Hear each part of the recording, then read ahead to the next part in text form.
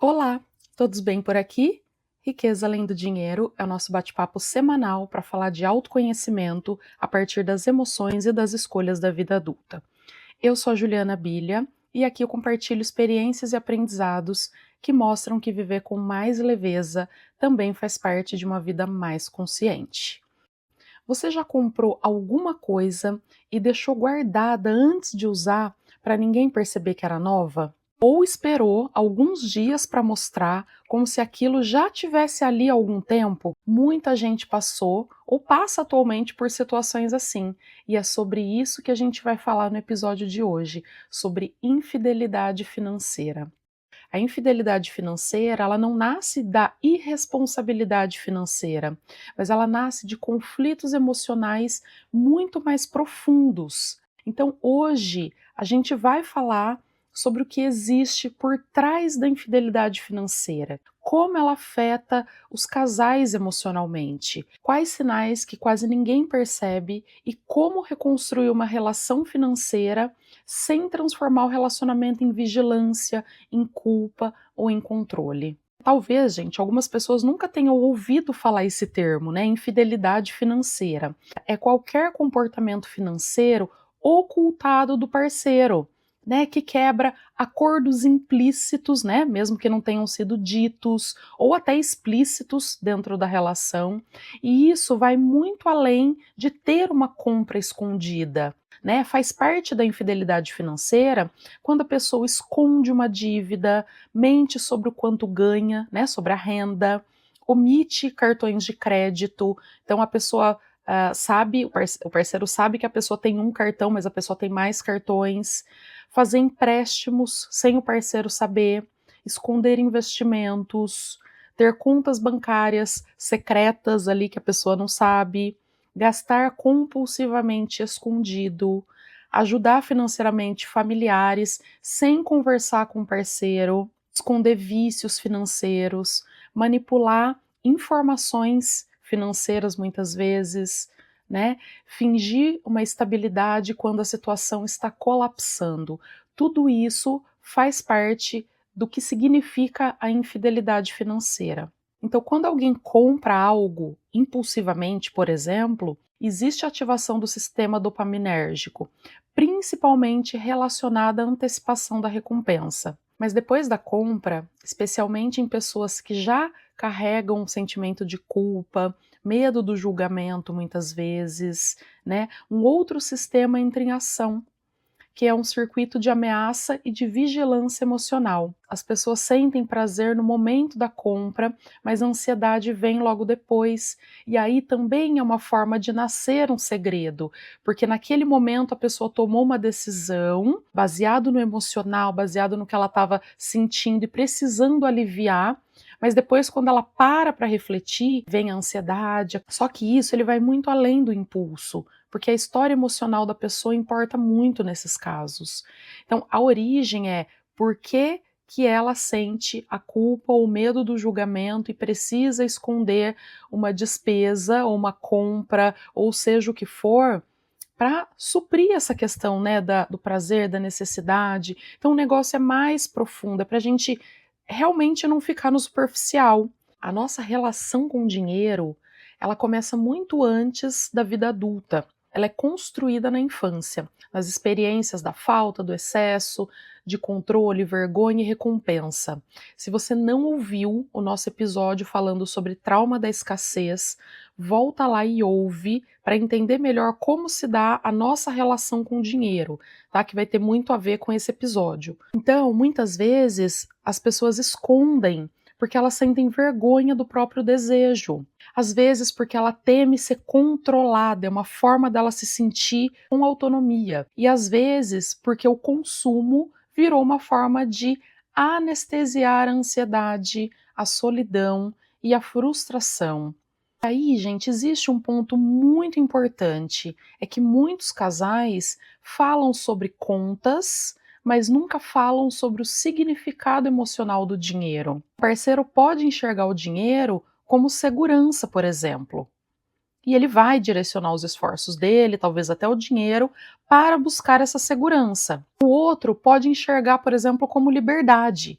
E ele vai direcionar os esforços dele, né, dele ou dela, enfim, para atingir essa liberdade. Vou dar um exemplo aqui. A pessoa que ela vai focar na segurança, vai ser aquele parceiro que vai querer ter uma casa própria, vai querer ter um lugar fixo para voltar. O parceiro que vai enxergar como liberdade, ele vai querer viajar mais, ele vai querer viver experiência, ele vai querer ser livre. Então percebe como um às vezes vai querer uma coisa e o outro vai querer outra? Um economiza porque sente medo, o outro gasta porque sente vazio. Então, quando a gente fala de casal, a gente precisa entender a demanda de cada um. Por isso, tão importante, quando o casal chega num ponto crucial, a gente vai falar aqui em que momento seja esse, é importante buscar ajuda profissional, gente, para entender a demanda de cada um e para que os dois sejam ouvidos dentro dessa relação. Os dois acreditam que estão discutindo sobre números, né? Quando fala, eu quero comprar casa, o outro, eu quero viajar. Mas, na verdade, esse casal está tentando defender as necessidades psíquicas que são completamente diferentes. Então, o segredo aparece como um mecanismo defensivo, porque também existe algo que é muito estudado na psicologia relacional chamado evitação de conflito. Isso acontece muito dentro dos relacionamentos.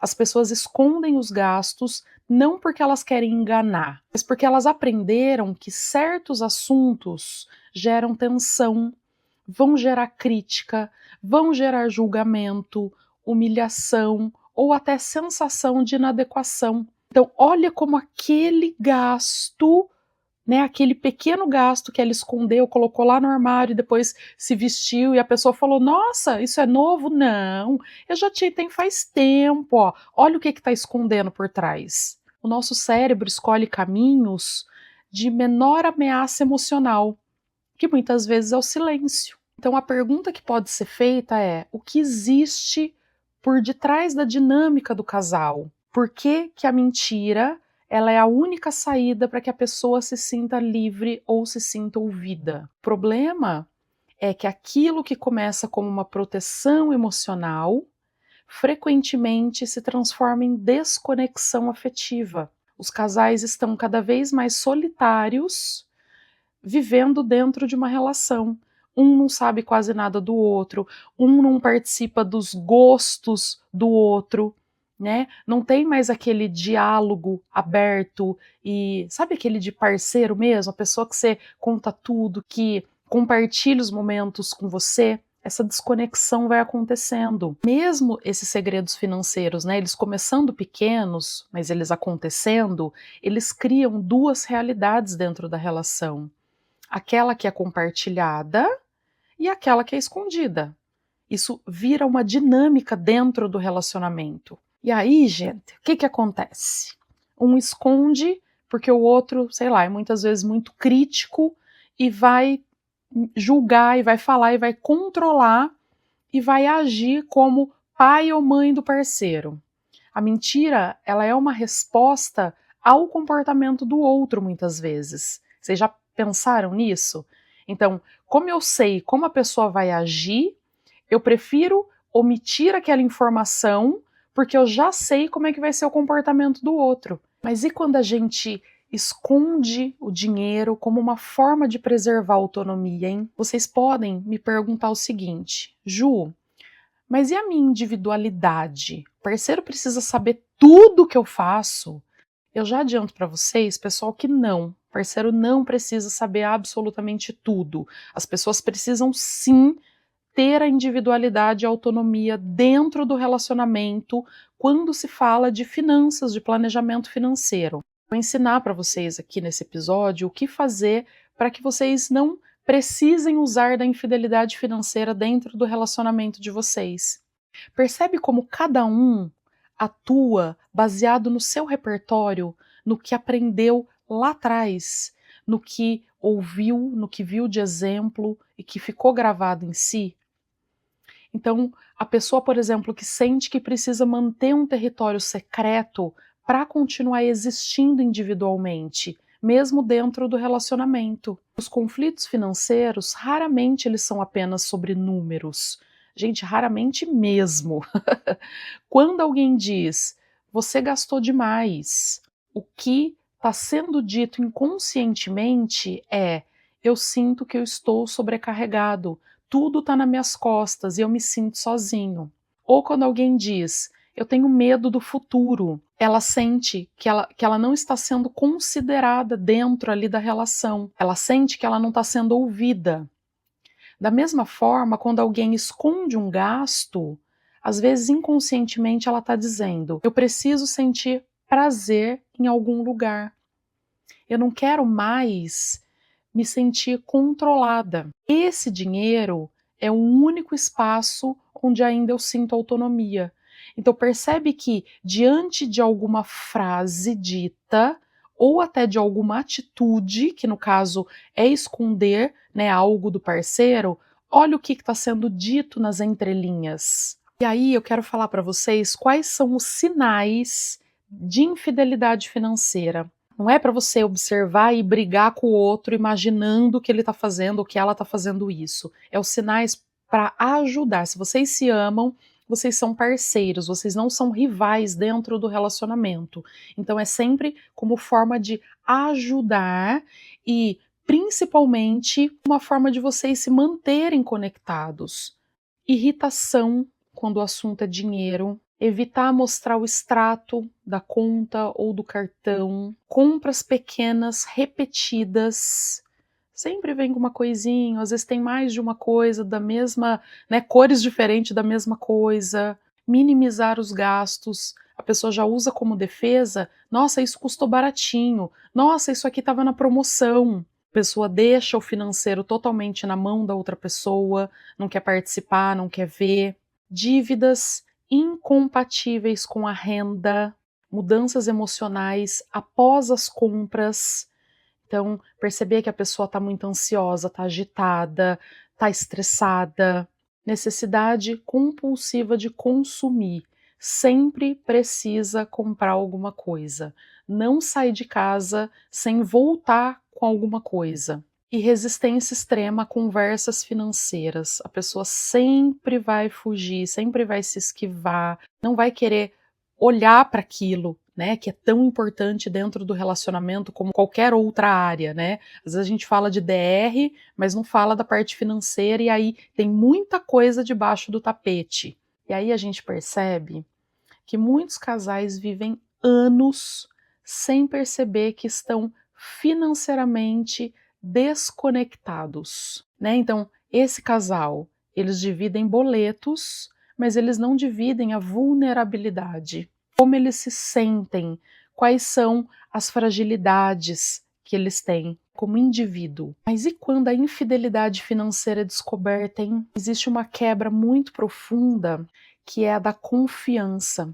E essa confiança, ela depende da sensação de eu sei onde eu estou pisando, e muitos casais, quando entram nesse fluxo, né, a outra pessoa, que foi a que está se sentindo traída ou enganada, ela acaba entrando numa paranoia financeira, de começar a pensar e a acreditar que tudo que a outra pessoa faz parte de mentira ou de enganação. Aí vira uma vigilância excessiva, né, começa a sufocar a pessoa, a acusar, a desconfiança fica tão grande que tudo que a pessoa faz, ou grande parte do que a pessoa faz, parece que é mentira, controle excessivo, dinâmica parental, e o casal passa a agir como pai, mãe e filho do outro. Tem que me dar satisfação de tudo, tem que saber tudo, a outra pessoa fica mais diminuída ainda, ela se sente como se ela fosse assim a pior das criaturas. O relacionamento deixa de ser parceria e vira auditoria. Toda conversa vira ataque.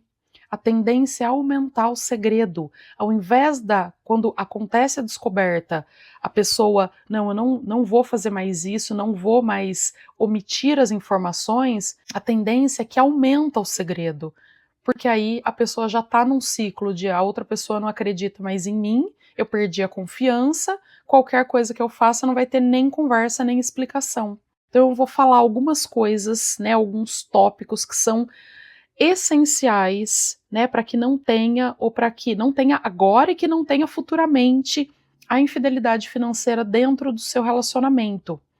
Então, o primeiro deles, gente, é entender o perfil emocional, financeiro do seu parceiro. Começar a perceber como é que a pessoa funciona, eu acho que é prestar atenção na outra pessoa. Então, quando a gente está falando de entender o perfil emocional financeiro, não precisa ser nada técnico, né? Muito pelo contrário, se você não é profissional da área, dificilmente você vai ter a parte técnica mesmo. Mas é começar a olhar a pessoa, a não julgar, a olhar, né? Então, na consultoria financeira, por exemplo, a gente faz um trabalho onde algumas atividades são feitas individualmente, né? E de preferência que cada um faça sem ficar olhando do outro. Por quê? De novo, para que os dois se sintam representados dentro daquele planejamento, né? E esse trabalho passa por entender o perfil e valores financeiros de cada um. Então, começa a perceber aí se o teu parceiro ele tende a gastar dinheiro, seja o que for, para aliviar uma ansiedade. Então aconteceu alguma coisa que o parceiro tá super ansioso e você sabe, ou um estresse no trabalho, ou alguma coisa com os filhos, e você percebe que esse parceiro começou a gastar mais, né? Ou poxa, eu comprei isso, eu tenho que voltar com alguma coisa para casa. Isso é percepção, não precisa ter nada técnico, tá? Começa a acumular coisas por medo. Se o parceiro está desproporcionalmente querendo economizar cada centavo, não se permitindo viver, não se permitindo fazer as coisas que gosta para economizar, também é um sinal de que o perfil emocional financeiro da pessoa está precisando ser olhado e ser cuidado. Usa o dinheiro para demonstrar amor. Então a pessoa sempre está com um agradinho, sempre dá algum presente, sempre, mesmo em datas que não são comemorativas. Ela não está se sentindo amada naquela relação. Então ela está fazendo como uma forma de, ó, eu estou fazendo, faz para mim também. Eu sei que a correria do dia a dia muitas vezes não permite que a gente tenha um olhar cuidadoso, um olhar de carinho com o outro. É começar a ter uma percepção dentro do que for possível, né? E algumas pessoas também usam o consumo para preencher a identidade, né? Então, quem eu sou baseado no que eu tenho, no que eu consumo. Preciso mostrar que eu tenho para eu ser reconhecido como bem-sucedido. O primeiro indício, né, eu dei vários exemplos aqui dentro ali do perfil emocional, mas são indícios de que as pessoas que estão nesse fluxo podem, eventualmente, cometer a infidelidade financeira. Outra coisa, gente, para evitar a infidelidade financeira é ter acordos claros. E esse ponto é que eu estou voltando, né, naquele ponto que eu falei para vocês, que eu vou ensinar que mesmo dentro do relacionamento conjugal, as pessoas podem e devem sim ter a individualidade, né, ter a autonomia de comprar as coisas ou de gastar com o que elas querem individualmente. Quando vocês conversam e delimitam, ó, aqui para mim, ok, aqui para mim não. Isso funciona muito bem, que é a comunicação. Então, dentro do planejamento financeiro, é muito importante que exista limites de gastos estipulados. Então, limites de gastos, gente, com absolutamente tudo que for possível.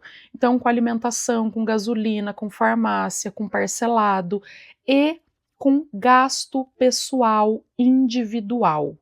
Então vamos supor que vocês montaram lá o planejamento financeiro e que vocês estipularam que o gasto pessoal de cada um seja, sei lá, R$ 800 para cada um. Esse valor de R$ 800, ele já deve estar dentro do planejamento financeiro.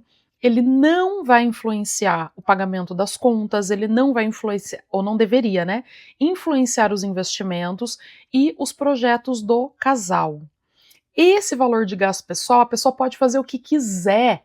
Se ela quiser pegar esses R$ 800 e gastar tudo com um produto só, ela faz. Ela não precisa dar satisfação para o cônjuge ou para quem quer que seja sobre esse valor que é o limite dela de gasto pessoal. Se ela quiser catar o dinheiro e rasgar, ela cata e rasga. Entendeu? Então, isso é muito saudável e isso gera autonomia e individualidade dentro do relacionamento. Agora, o que não dá é para vocês não terem planejamento, não ter um orçamento estipulado. Um gasta 300 com si mesmo, com gasto pessoal, e o outro gasta 1.500. Vocês acham que é correto, que é compatível? Não. Então, por que não ter esses acordos claros dentro do planejamento? Conversar. E, gente, eu tô dando um exemplo de R$ 800, mas é o que cabe dentro do orçamento de cada um, tá? Tem gasto pessoal que vai ser R$ 300, tem gasto pessoal que vai ser R$ 1.000 para cada um. Então, precisa entender o que cabe dentro do orçamento. A gente faz esse trabalho dentro da consultoria financeira de casal. E isso funciona super bem. Outra coisa importante é que vocês tenham dentro ali do relacionamento, né, do planejamento financeiro do casal, as metas individuais e as metas do casal. Então, quando vocês se sentem representados, como eu venho falando aqui, dentro do planejamento, tudo fica mais fácil. Vamos supor, a minha esposa quer ter uma casa, eu quero viajar. O que o casal quer? Olha, vamos fazer isso primeiro e aí depois a gente faz isso? O que você acha? Então, conversar, ter sim as metas individuais, mas o casal conseguir juntar esforços para realizar aquelas metas.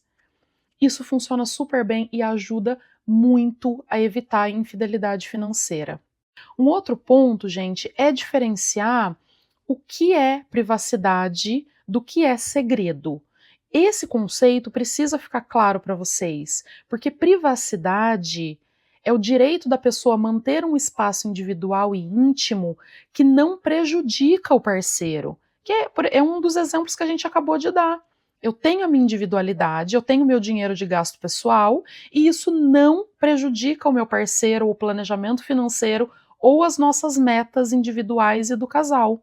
Segredo é a ocultação deliberada de informações que o parceiro tem o direito de saber e que afetariam a visão dele sobre a relação. Então, isso é segredo. Então, quando entende o que é privacidade do que é segredo, porque aí as pessoas começam a justificar o segredo ou a omissão como se fosse privacidade, não é. Porque aquilo que você está fazendo vai prejudicar a outra pessoa de alguma forma. Então a pessoa tem o direito de saber. O último item aqui que eu quero comentar com vocês, que vai ajudar vocês a evitar a infidelidade financeira, é criar reuniões financeiras sem conflito. Por que eu estou frisando aqui sem conflito? Porque quando a gente ouve alguém, quando a gente escuta alguém, a gente precisa se calar para conseguir ouvir. Se os dois falam ao mesmo tempo, ninguém está se ouvindo, né? E aí começa-se um conflito. Então, quando vocês criam um dia da semana, de preferência o mesmo dia da semana, o mesmo horário, vocês criam esses espaços.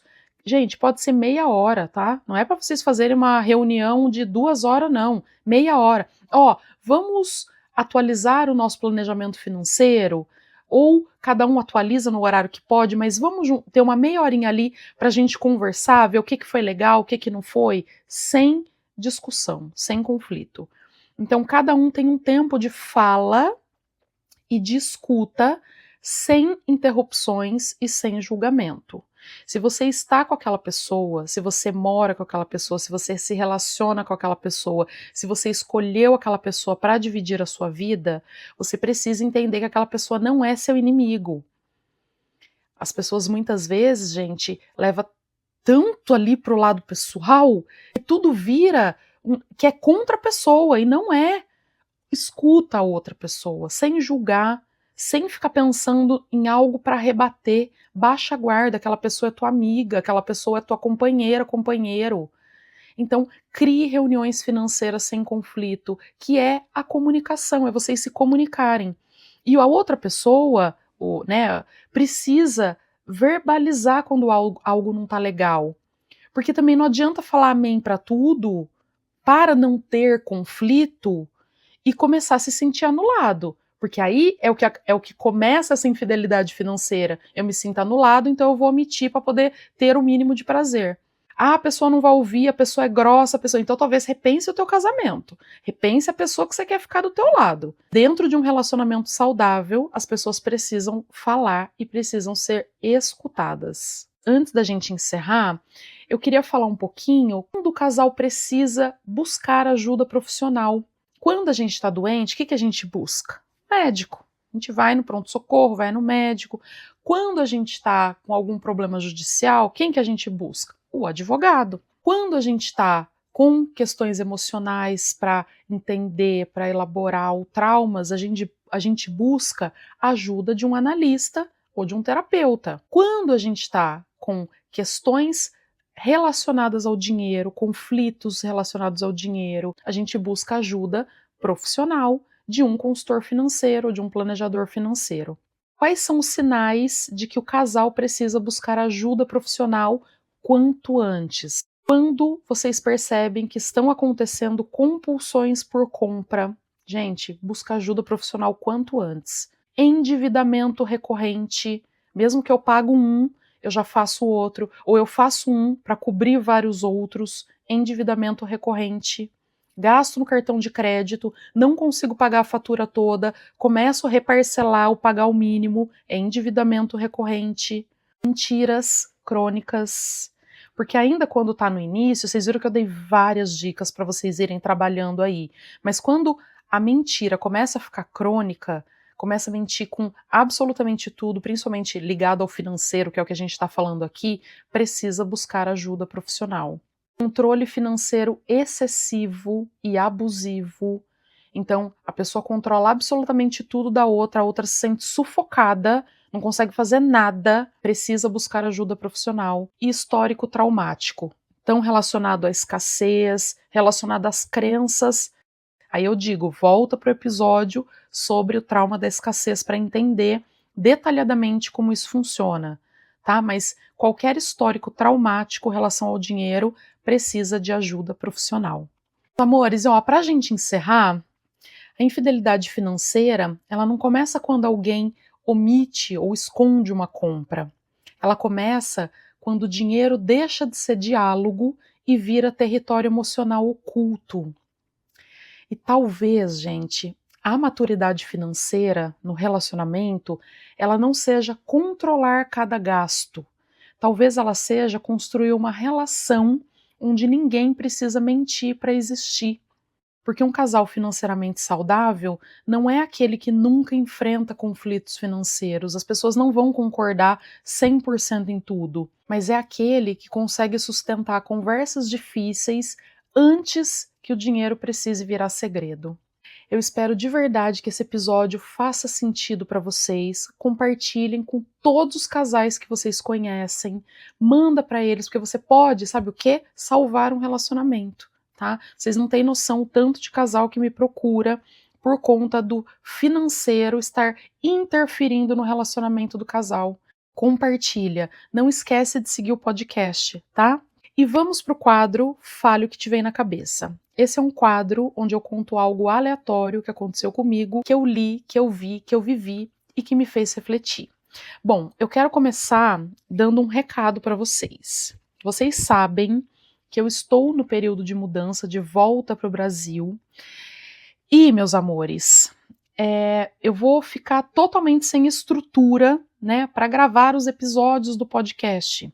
Então eu tomei a decisão de deixar os episódios por um tempo quinzenalmente. Então toda semana vocês vão ter episódios novos, mas ele vai intercalar com o Além do Passaporte uma semana, na outra semana Riqueza Além do Dinheiro. O Além do Passaporte é quinzenal, vocês têm 2 episódios na semana. Agora vai ser sempre um episódio por semana, é o que vai mudar, tá? Então, resolvi fazer isso, né, por conta da demanda, né, da mudança, é muita coisa, e mesmo no Brasil, até a gente se reestruturar, eu vou ficar sem estrutura mesmo para gravar. Então eu tomei a decisão de fazer isso e estou avisando vocês para vocês não estranharem que continuaremos normalmente, vocês terão episódio toda semana, mas vai intercalar com Além do Passaporte e Riqueza Além do Dinheiro, tá? Quando eu voltar para semanal, né, estiver estruturada no Brasil, eu aviso vocês. Então fiquem tranquilos quanto a isso. Então esse é o recadinho que eu precisava dar. E aí, meus amores, vamos pro quadro então. Eu quero contar para vocês sabem que eu tô fazendo tipo um diário aqui de mudança para o Brasil, de volta para o Brasil. Eu tô contando para vocês como é que tem sido os trâmites práticos para nossa volta para o Brasil, tá? E aí, eu falei no último episódio que eu avisaria o hospital, que é onde eu trabalho aqui no CLT, sobre a minha saída. Fiz isso. Gente, o pessoal, eles estão assim chocados. Nossa, tá sendo até interessante de ver as pessoas. Ju, você tá exciting que eles falam? Eu falo, gente, eu tô super, ai, eu fico triste por nós e feliz por vocês. A minha supervisora, conforme eu fui falando pra ela foi abrindo a boca assim. E sabe quando a pessoa tem um delay, demora assim pra processar? E ela fez assim, sabe quando faz um bico de choro? Ai, Juliana, ai, nossa, a gente vai sentir muito sua falta e tal. Então, por um lado, é gostoso sentir o quanto, quando a gente é querido, né, quando a gente fez um bom trabalho, as pessoas estimam por nós, mas também é interessante ver como cada um fala baseado no seu repertório, sabe? Por exemplo, uma moça que mora em Gaza, que não tem passaporte, falou, nossa, mas você vai embora sem ter passaporte? Eu falei, não, eu tenho um passaporte brasileiro. Ah, você tem? E o passaporte brasileiro é forte? Eu falei, é, super forte. Ah, por quê? Porque ela não tem passaporte, ou ela espera para tirar o canadense, ou ela não tem, sabe? Aí outros, cada um falando uma coisa e tudo, é muito interessante, mas o que eu quero comentar mesmo do quadro não é nem isso, gente, isso deu certo, falei, já está contando o prazo também, mas eu acho que a ansiedade de ir mesmo cumprindo e, sabe, dando check nessas etapas da lista, essa semana, essa última semana, me causou um estresse. Eu acho que eu estava ansiosa para poder falar lá no hospital também. E várias coisas acontecendo, né? Porque é uma mudança de vida, gente. É uma mudança de vida. Por mais que a gente fale, ah, você está voltando para o seu país, você sabe minimamente o que esperar. A gente está há quase 5 anos aqui, é muito tempo. Eu só vou saber as coisas que eu vou sentir falta quando eu estiver lá no dia a dia. Né? Então, é uma mudança de vida, a gente também vai começar a vida de novo. Então, essa semana me deu um estresse tão grande, gente, que eu acordei com o olho inchado. Eu acho que eu não vou pôr essa foto no mural, porque assim, as pessoas que vão ver os stories do nada vão, acho que talvez assustar, não sei, vou pensar, tá? Mas eu tirei foto, eu tenho a foto do meu olho inchado, uma dor na lombar absurda. Então é como se o corpo estivesse somatizando, né? Como se tivesse, não, é isso, tá somatizando todo o estresse. E pasmem, o meu braço direito formigando e o ombro todo travado. Gente, eu tive muitos reflexos físicos mesmo desse estresse que tá somatizando. Então, por mais que não, tá tudo bem, tá tudo indo mesmo dentro do cronograma e tudo mais, mas a gente não sabe como é que o nosso corpo tá sentindo, e por isso é tão importante a gente prestar atenção na gente e entender os limites também. Então, olha, inchou meu olho, minha lombar, eu não tava conseguindo abaixar, e uma dor no braço absurda. Hoje eu tô melhor, o olho já desinchou, a minha dor na lombar ainda tenho, porque também eu vendi já as cadeiras, né, de computador, por isso que eu tô falando com vocês, que eu já vou ficar sem estrutura. Eu tô gravando hoje do meu quarto, sentada na cama, ou seja, péssimo para postura, e o nosso colchão também não tá aquelas coisas, a gente tá, né, nos finalmente para poder ir embora. Então a gente não tá na melhor estrutura. Então é claro que vai doer a minha lombar, né? Vai doer as costas, eu não tô da melhor forma estruturada. Então, e o braço também foi por conta de ficar digitando sem ter o apoio ali do braço, né, no mouse, na cadeira. Então, gente, é uma somatória de coisas, né, da falta de estrutura e do estresse, da ansiedade, da mudança. Então era isso que eu queria comentar com vocês. Então, o recadinho, né, que os episódios serão quinzenais daqui para frente, e falar, né, que pé estamos. Então, bom, meus amores, espero que vocês tenham gostado do episódio. Clica para seguir o podcast, clica na estrelinha, segue a gente nas redes sociais, tá bom? julianabilia.rad, e te vejo no próximo episódio. Tchau, tchau!